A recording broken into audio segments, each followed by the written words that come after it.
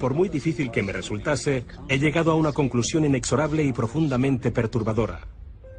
Creo que una élite de personas, junto con las compañías que dirigen, han conseguido controlar no solo nuestra energía, el suministro de alimentos, la educación y la sanidad, sino cada una de las facetas de nuestra vida. Y lo hacen controlando el mundo de las finanzas, pero no crean más valor, sino que en realidad controlan la fuente del dinero.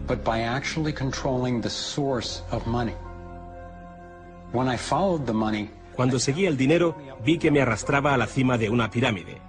Aquí estamos en la base de la pirámide con nuestro día a día. Por encima de nosotros está el gobierno, personas a las que se les ha otorgado un monopolio de poder y lo usan para imponernos impuestos y controlarnos, estemos de acuerdo o no.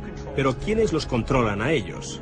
En el siguiente nivel nos encontramos a las compañías. Muchas personas opinan que hoy en día son ellas las que gobiernan el mundo, y no los estados nacionales, y lo denominan corporatocracia.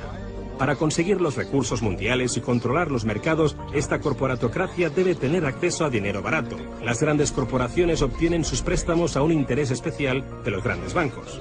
Lo que significa que aquellos que controlan los grandes bancos, la élite adinerada, son los que en realidad controlan las corporaciones. Mientras seguía el dinero me di cuenta de que casi todas las ideas que tenía acerca del capital no son ciertas.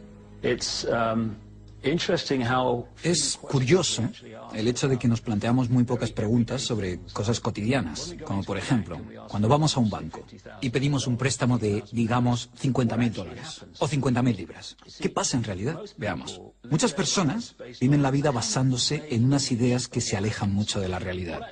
Lo que en realidad pasa es que si pides 50.000 libras, escriben que en tu cuenta hay 50.000 libras. Eso es todo lo que hacen. No acuñan monedas ni imprimen billetes. No recurren a ningún metal precioso. Simplemente escriben en una pantalla de ordenador que tu cuenta tiene 50.000 libras. Desde ese momento empiezas a pagar intereses sobre una cantidad de dinero que nunca ha existido, que no existe y que no existirá. Resulta que los bancos prestan unas 9 veces más dinero que la cantidad que en realidad guardan en sus cámaras. Y esto es posible gracias al préstamo conocido como reserva fraccionaria. Funciona de la siguiente manera. A la Reserva Federal, o al Banco Central de cualquier país, se le permite determinar la cantidad de dinero que un banco debe tener en sus reservas.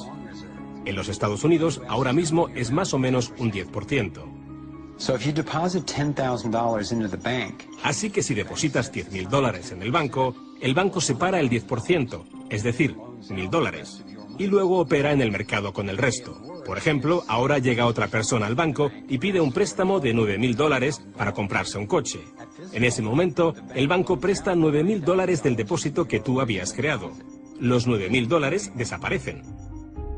Entonces la persona que solicita el préstamo paga al vendedor del coche y éste ingresa la cantidad en otro banco que forma parte del mismo sistema bancario central. Estos $9.000 se consideran un nuevo depósito y así continúa el proceso sucesivamente. El dinero se vuelve a depositar y se vuelve a prestar hasta que el depósito inicial de $10.000 se convierte en $100.000. El sistema bancario acaba de crear $90.000 simplemente prestando el dinero. A nivel internacional, los bancos centrales utilizan el Banco Mundial y el Fondo Monetario Internacional para hacer más dinero mientras explotan los recursos de aquellos países a los que les prestan dinero y con este proceso acaban llevándolos a la bancarrota. El Banco Central de los bancos centrales es el banco creado por los Rothschild, el Banco de Pagos Internacionales. La élite se está posicionando para controlar el acceso a prácticamente todo lo que necesitamos para sobrevivir. Da igual a qué parte del mundo vayas, porque el dinero está controlado por el sistema bancario.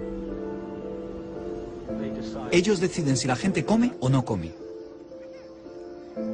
¿Quién se convierte en multimillonario y quién sobrevive con menos de $1 al día?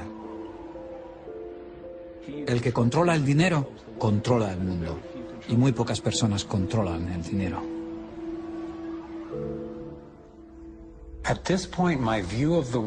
Llegados a este punto, mi concepción del mundo dio un vuelco. Empecé a enfrentarme al hecho de que el fracaso y el sufrimiento de muchos es en realidad el éxito y realización de unos pocos. La élite de los banqueros que ha engañado al mundo y a los que se les ha permitido crear dinero. Todos ellos ya son dueños de vastas fortunas. Entonces, ¿cuál es su finalidad? ¿Cuáles son sus objetivos?